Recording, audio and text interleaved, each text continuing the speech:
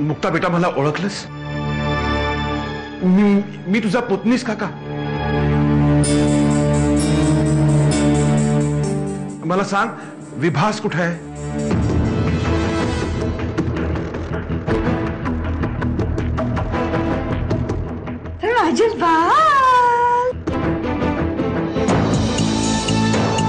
साहेब, ती फक्त तिच्या बाळाबद्दलच बोलत असते. मी तुम्हाला पुन्हा एकदा सांगतोय, हिच्या नवऱ्याने म्हणजे विभास वैद्यने हिला इथे येऊन ऍडमिट केलं असणार. तुम्ही खाली जा, तुमचं रजिस्टर पुन्हा एकदा चेक करा. जा. ठीक आहे, बघतो. पुन्हा एकदा बघतो. जा.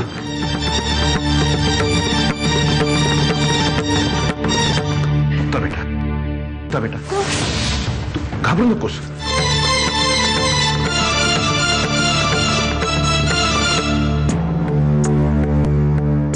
काय झालं? साहेब, मी सगळे रजिस्टर तपासले, त्यांना कोणीही ऍडमिट केलेलं नाहीये. कसं शक्य आहे? मग ती काय स्वतःच्या मनाने इथे आली? त्यांनी सांगितलं मला. ती जी मुलगी लहान बाळाचं चित्र काढते, तिच्याच विषयी बोलतात ना तुम्ही? हो हो, तिचं नाव आणि आय एम शुअर तिला तिच्या नवऱ्याने विभास वैद्यने इथे ऍडमिट केलं ना? नाही, ती वेड्यासारखी बेवरच फिरत होती रस्त्यावर आणि मुलांना दगड मारत होती. काय? हो, कुणीतरी कंप्लेंट दिली म्हणून तिला पकडून इथं आणण्यात आलं.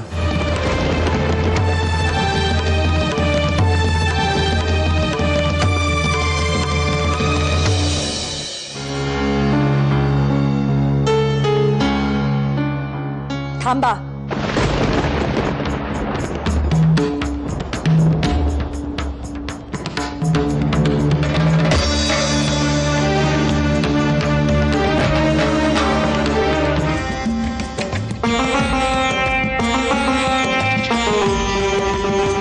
महिला परत इथे काय? ही अशी का दिसतीये? कारण ही बिचारी मेंटल हॉस्पिटल मध्ये होती. Mental hospital?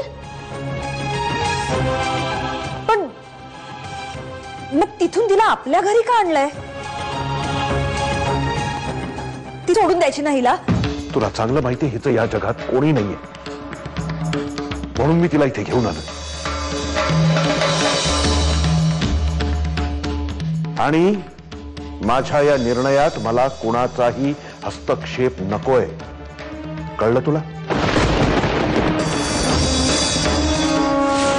काय?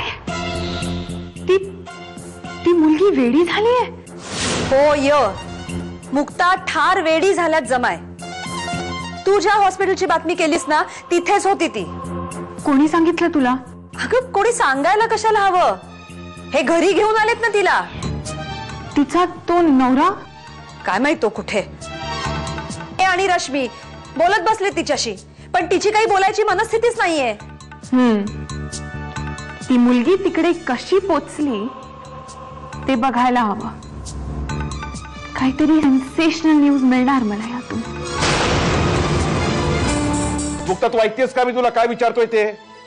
अगं, मी तुला आणि विभासला तुमच्या घरी सोडलं होतं ना, मग काय झालं पुढे?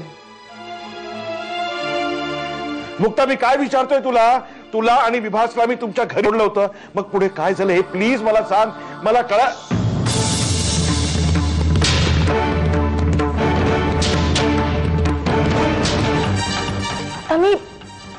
मी असं काय करणार आहे की म्हणजे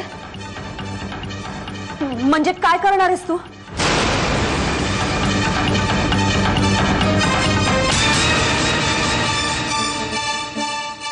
समजे एकदा माझी ही एक्सक्लुसिव्ह स्टोरी एअरवर जाऊ दे मामा. देन सी, मी धमाका करेन. नाही रेवती, तू असं काहीही करणार नाहीयेस. माझी शपथ आहे तुला. आता तर मी ह्या निखाऱ्यावर रॉकेल टाकून कसा भडका उडवून देते बघ. Just wait for the right time to come. तो वारस तुझा